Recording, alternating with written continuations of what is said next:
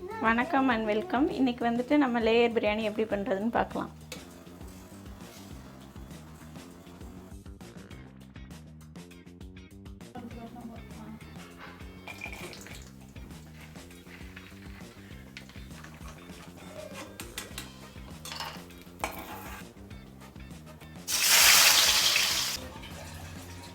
இன்றைக்கி chicken layer பிரியாணிக்கு என்னென்ன தேவைன்னு பார்த்துடலாம்.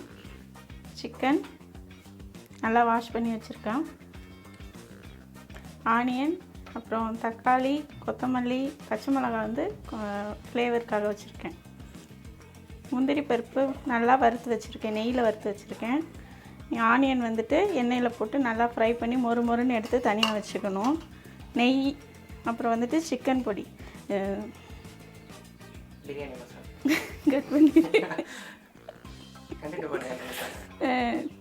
இது வந்து பிரியாணி மசாலா. இது வீட்டில் ரெடி பண்ணது. இது எப்படி பண்ணுறதுன்னு உங்களுக்கு இன்னொரு வீடியோ போடுறேன் நான். அப்புறம் வந்து தயிர், இது வந்து ஏலக்காய் பொடி, இது வந்துட்டு முந்திரி பருப்பு வந்து மிக்சியில் அரைச்சி வச்சுருக்கேன். இது வந்து இஞ்சி பூண்டு பேஸ்ட்டு, உப்பு தேவையான அளவு. இது வந்து மசாலா ஐட்டம், ஏலக்காய், கிராம்பு, பட்டை, பிரிஞ்சி லீவ்ஸ் எல்லாம் வச்சுருக்கேன்.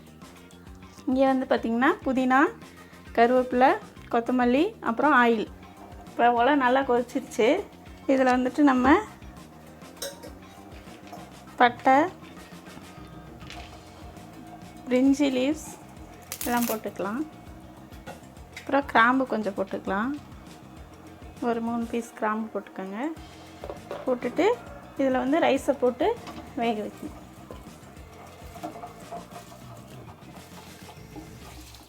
புதினா, கொத்தமல்லி தழை போட்டிருக்கேன். போட்டு நல்லா ரொம்ப வேக வச்சிடக்கூடாது.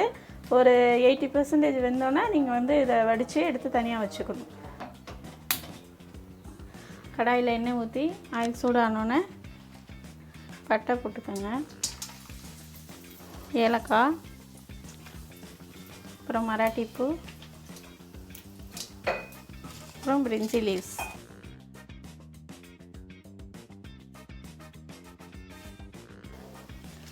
ஆனியனை போட்டு நல்லா ப்ரௌன் கலர் வர வரைக்கும் ஃப்ரை பண்ணணும். நல்லா வதக்கிடுங்க. இப்போ வெங்காயம் நல்லா வதங்கிடுச்சு. இதில் வந்துட்டு ஃப்ளேவருக்காக ஒரு 2-3 பச்சை மிளகாய் சேர்த்துக்கோங்க. லைட்டாக கீறிட்டு சைடில் கீறிட்டு போட்டு, அப்புறம் தக்காளி சேர்த்துக்கோங்க.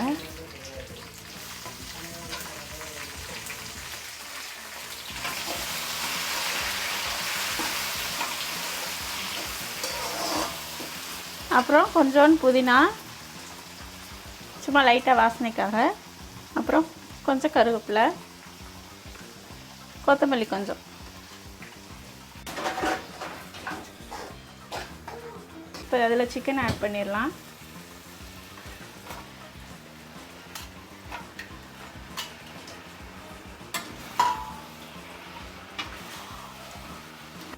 இப்போ மிளகாத்தூள் சேர்த்துக்கலாம். மிளகாய்த்தூள் வந்துட்டு காரத்துக்கு தகுந்த மாதிரி சேர்த்துக்கோங்க. மிளகாய் பொடி சேர்த்துட்டு முந்திரி பருப்பு பேஸ்ட்டு அரைச்சி சேர்த்துக்கலாம். அப்புறம் தேவைக்கு ஏற்ற மாதிரி உப்பு சேர்த்துக்கலாம்.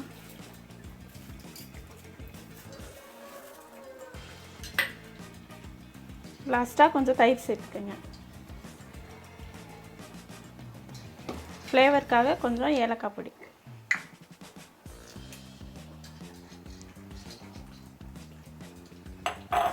இதெல்லாம் சேர்த்து நல்லா வதக்கிடணும்.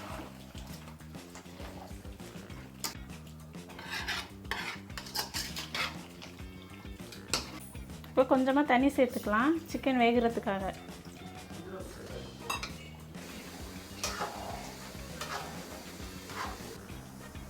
லேயர் பிரியாணிக்கு கிரேவி ரெடி பண்ணியாச்சு, ரைஸ் ரெடி பண்ணி வச்சிட்டோம். இப்போ வந்து லேயர் எப்படி செட் பண்ணுறதுன்னு பார்க்கலாம்.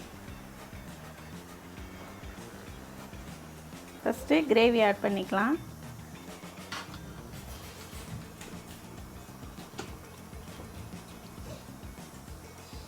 குழம்பு ஊற்று.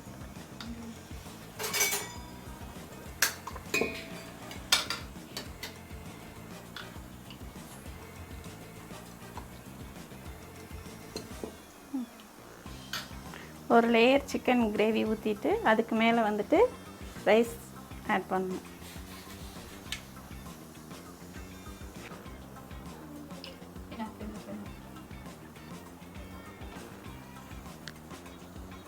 ஆனியன்.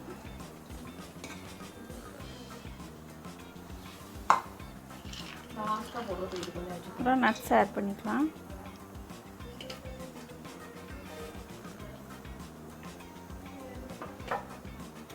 நெய் ஒரு ஸ்பூன்.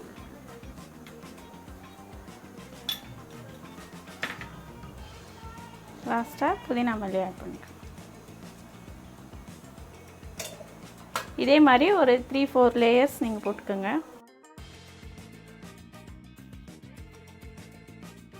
இப்போ லேயர் போட்டாச்சு. இப்போ நெக்ஸ்ட்டு தம் போட்டுடலாம். அதுக்கு தோசைக்கல்லை ஹீட் பண்ணி அது மேலே தூக்கி வைக்க போகிறோம்.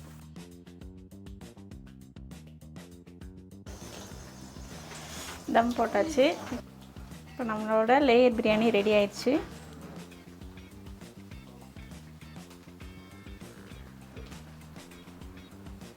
இதை வந்து நீங்கள் அப்படியும் சாப்பிட்லாம், இல்லை எல்லாத்தையும் மிக்ஸ் பண்ணிவிட்டு சாப்பிட்லாம்.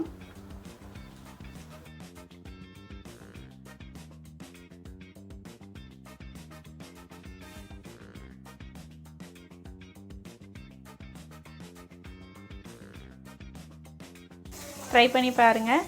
உங்களுக்கெல்லாம் பிடிச்சிருக்குன்னு நினைக்கிறேன். எல்லாம் லைக் பண்ணுங்கள், ஷேர் பண்ணுங்கள், கமெண்ட் பண்ணுங்கள். மறக்காமல் நம்ம சேனலை சப்ஸ்கிரைப் பண்ணுங்கள். நன்றி, வணக்கம்.